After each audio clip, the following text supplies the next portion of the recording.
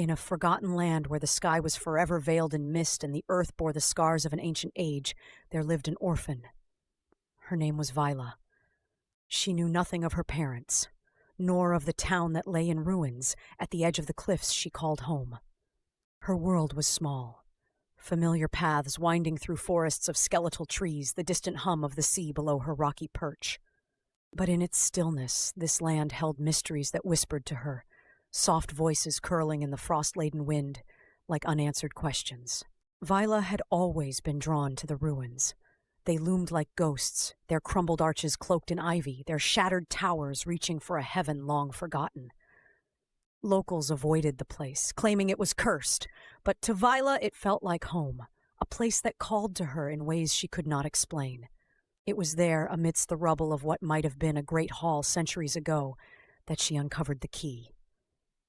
She found it buried beneath a stone marked with symbols she couldn't decipher. At first she thought it was just a fragment of old metal, a broken piece of history, but as she brushed the dirt away, its gleaming surface revealed ornate carvings that shimmered faintly, even in the shadowed light. It fit perfectly in her palm, as though it had been waiting for her. A peculiar warmth radiated from the metal, and when the mist around the ruins began to swirl unnaturally, Vyla knew she had stumbled upon something extraordinary. That night, clutching the key beneath patchwork blankets, she barely slept. Questions raced through her mind. What was this key for? Why did it feel so alive, so much like it belonged to her? When dawn arrived, an answer began to take shape, not in words but in instinct. She was meant to return to the ruins. Vyla wasted no time. Mist clung to her boots as she retraced her steps to the ancient hall. The ruins remained in their haunting stillness. But as she held the key before her, the carvings on its surface flickered, igniting with an inner light. It was not long before her search revealed the lock, a hidden door concealed in the base of a shattered column. It had been covered in moss so thick she wouldn't have found it if not for the way the key seemed to pull her toward it. Her trembling fingers slid the key into place, and with a low rumble, the ground shifted. The door revealed a stone staircase, spiraling downward into shadows so dense they seemed alive, seeping outward like tendrils of ink. Vyla hesitated only an instant before descending into the unknown.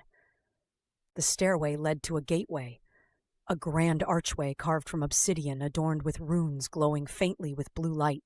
Beyond it, the labyrinth stretched out, vast and unyielding, shadows and light dancing along its walls. Here the air was different, charged with possibility, heavy with forgotten secrets. The first corridor was silent but alive with magic. The walls shimmered like water, rippling as though they could breathe or watch. Each turn brought new mysteries. Glowing vines that hummed faint melodies, symbols etched into the floor that burned bright as she stepped over them, and pools of liquid light that reflected not her image, but visions of other places and other times. When she ventured deeper, she met creatures thought to exist only in myth. A golden stag with antlers like twisted crystal regarded her with eyes that seemed to hold centuries of wisdom. Small, winged sprites darted between her shoulders, giggling mischievously before vanishing into the mist. Not all the creatures were friendly. Twice, she narrowly escaped tendrils of shadow that reached for her like living chains, and the howl of a beast echoed somewhere far beyond her sight. Yet even in danger, something about the labyrinth felt as if it were testing her, not destroying her. It was in these twisting halls that she encountered the Guardian. He appeared out of nowhere, a cloaked figure whose face was hidden by shadows. His voice was deep, like the sound of stone grinding against stone, and his words were riddles wrapped in warning. The labyrinth is not merely an artifact of magic, he intoned. It is alive, and it knows the heart of those who enter. To unlock what it holds, you must be willing to face the truth of who you are and what binds you. Fail to confront that truth, and this place will devour you, as it has so many before. Fueled by equal parts fear and resolve, Vyla pressed on, solving riddles carved into the walls, navigating puzzles conjured by shifting passages. With each success, fragments of her past emerged, visions of a child wrapped in a woolen blanket, placed tenderly upon the steps of an orphanage. A woman's voice echoed faintly, "She will bring the dawn." Guided by fleeting whispers, Vyla pieced the puzzle together. The labyrinth was more than just a trove of magic. It was a map etched in ancient power, leading to the truth of a lineage she had never known.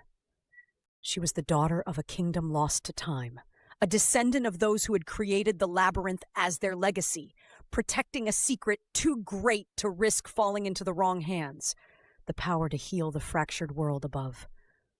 The final chamber was unlike anything she had seen. A crystalline heart pulsating with light floated suspended in the air. As Vyla approached, the labyrinth itself seemed to hum, the walls shifting in approval. She placed her hand upon the crystal, and in an instant, the mist that had shrouded the land above dissolved, unveiling a sky of endless stars. Vyla understood now. The labyrinth had not been a test of courage, but a guardian of destiny. And as its secrets wove themselves into her being, she knew her story and her world had just begun to change forever.